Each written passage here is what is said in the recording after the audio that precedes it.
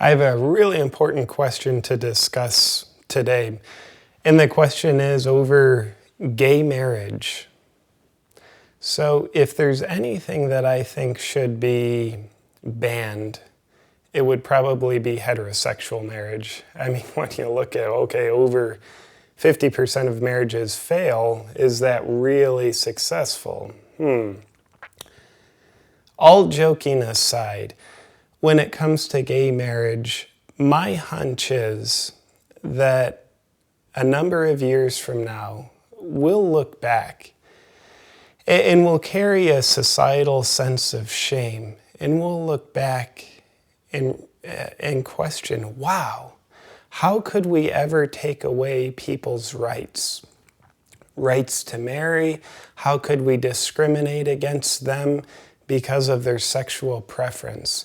My guess is it will be the history repeated the same way we look back and say, wow, how in the world could we have ever told black-skinned people that they had to eat in different restaurants, that they had to ride in the back of the bus, that we would actually enslave them, and that we would tell women they have no right to vote.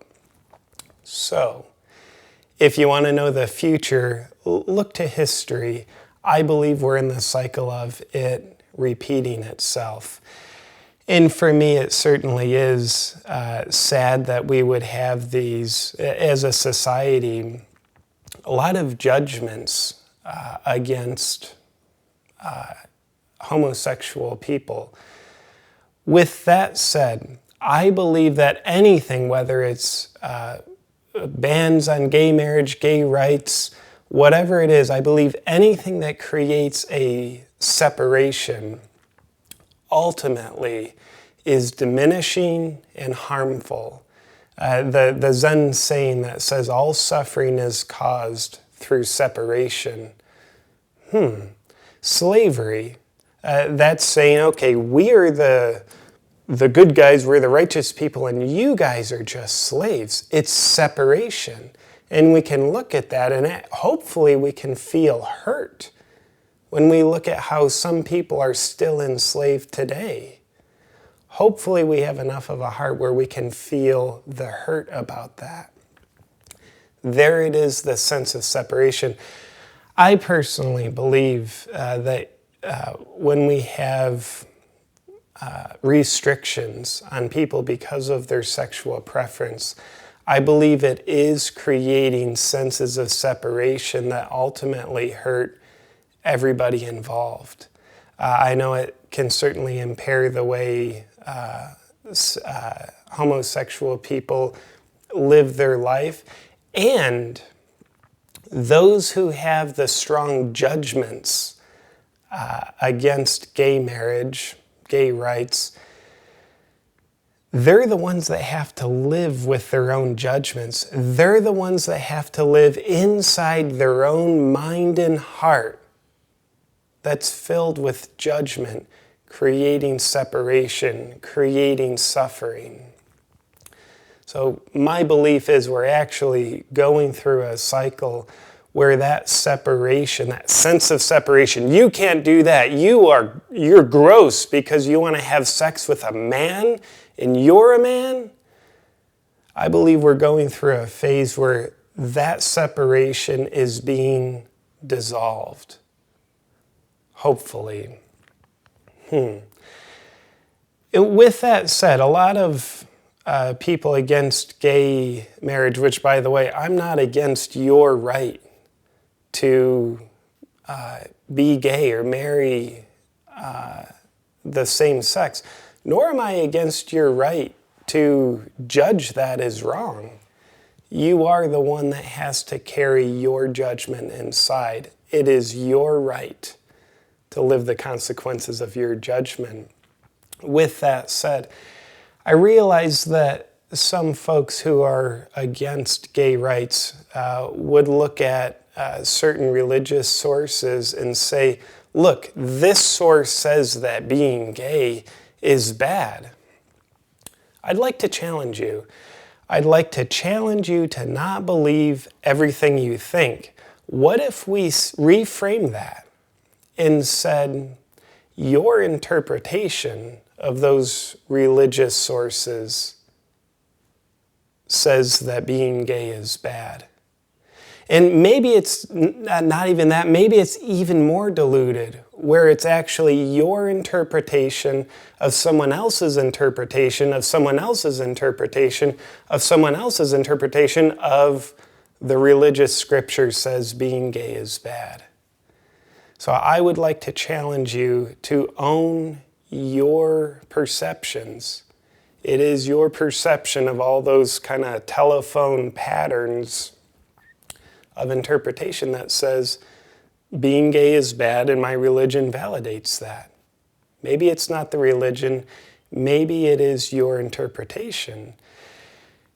And I would also ask you in this moment, if you're against gay rights, and I am not trying to change your mind, but what I would like to ask you to do in this moment is feel inside your body.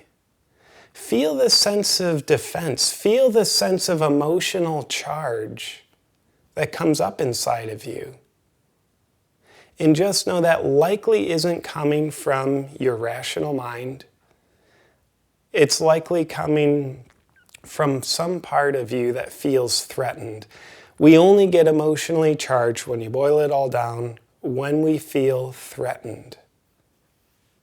So how scary would it be for you if your perception and your interpretation that you blame your religion on, but it's your interpretation, how much would that scare you if you were not accurate?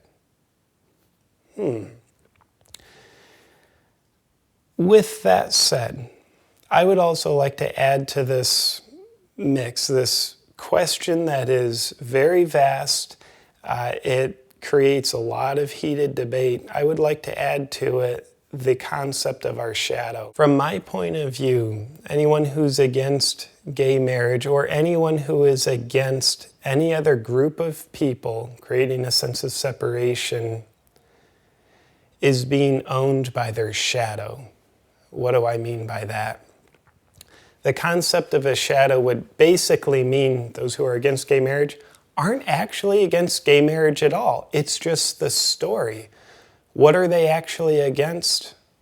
I would say themselves. When we project our shadow onto someone else, it's us taking things we despise about ourselves, plopping that whole thing on someone else, projecting it onto them, which is a very convenient way to not own what we don't like about ourselves. So we might say, oh, those icky gay people, they are unacceptable.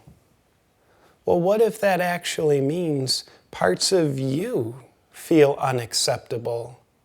In your way to escape that kind of suffering, of living with aspects of your own self that feel unacceptable, it's just convenient to blame it on someone else. You're the unacceptable one, which means I don't have to own what feels unacceptable in me. Carl Jung once said, all wars would come to an end if people would own their shadows, if they would own what they project onto other people. All religious wars, wars against anything, in this case, wars against gay marriage, we would know peace if we would just own our own shadows. What is it I despise about myself that I am so unwilling to look at, that I will only see despicable in you, when in fact there is nothing that I see in the mirror that isn't me? And a lot of us would say, nope, JP, that's not my shadow. I am certain that it is wrong. I am certain my religious interpretation of someone else's interpretation is right, that gay marriage is wrong. As people would say, we are certain. women are not qualified to vote. We are absolutely certain that black people should be enslaved. Certainty has no correlation to truth. All certainty has a correlation with is a sense of comfort about feeling as though we're right. We become righteous. So in this case, I would ask you to challenge yourself. Anytime you feel certain about anything, what about yourself are you disconnecting from? With that said, I would also ask you if you support gay marriage, which I support gay marriage. I would ask you, are you against people who are against gay marriage? If so, please own your shadow about that. Let's not just be the blind projectors here and act like we are or not needing to self-realize as well. So those of us who are against the opponents of gay marriage, we might want to ask ourselves, what is it about them that I don't like? My answer would be, they're closed-minded. So I want to ask myself, how am I closed-minded? Because I'm obviously projecting that shadow onto them. The degree of my emotional charge. You remember a few minutes ago in this video I asked you, if you're against gay marriage, what kind of emotional charge are you feeling inside right now?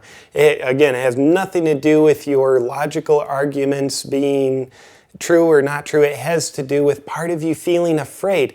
So, when we feel emotionally charged about something, it means we're starting to bump up against our shadow that we love to escape by only projecting it onto other people. So, I feel a little emotionally charged right now. When I start thinking, well, I don't like the opponents of gay marriage, they're so closed-minded, then I ask myself, well, how am I closed-minded? I feel that emotional charge because I don't like to call myself closed-minded. In fact, I would say parts of me are very open-minded. Parts of me are balance out that polarity with closed-mindedness. So my emotional charge comes up. Why? Because part of me doesn't want it to be true that I could possibly be closed-minded.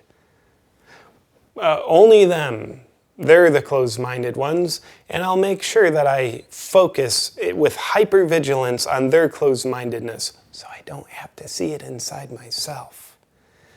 With that said, you probably have a lot to say about this topic, and I'd love to hear your comments below. What you agree with, what you disagree with, and probably more important than your agreement or your disagreement is your original thought about this topic. Your voice matters, and I would love to hear from you. So you've allowed me to share with you certainly some opinions, also some food for thought for you to consider about how a sense of separation with gay rights ultimately causes suffering for everybody involved. Your rights are restricted, and I have to live with my own righteous judgment. That only circulates inside of me. We've also talked about how there is a shadow projection involved, which means whether we're for gay marriage or against gay marriage, it's always a story about ourselves. If I'm for gay marriage, that might just mean what I'm really for is freedom within myself. And as Gandhi would tell us, you can't give what you don't have. If I desire freedom within myself, and once I give that to me, I can help facilitate it on the outside world. If I'm against gay marriage, what does my shadow actually tell me if I'm willing to look at it? So with that said, thank you for tuning in to hear an opinion. The purpose of hearing my opinion is so that you can get better intimated with your opinion. And I would also just ask you to consider, as we close here, to have your beliefs. Just don't believe your beliefs.